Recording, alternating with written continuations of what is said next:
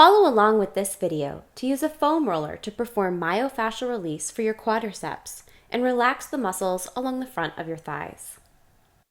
Begin kneeling on the floor facing your foam roller with the foam roller laying horizontal to your hips. Now come forward into an elbow plank position with the foam roller resting underneath your hips. Now use your arms to pull your body forward over the foam roller to allow the foam roller to roll over and put pressure on your quadriceps, stopping just above the knee. And reverse the direction as you walk the foam roller back up towards your hips.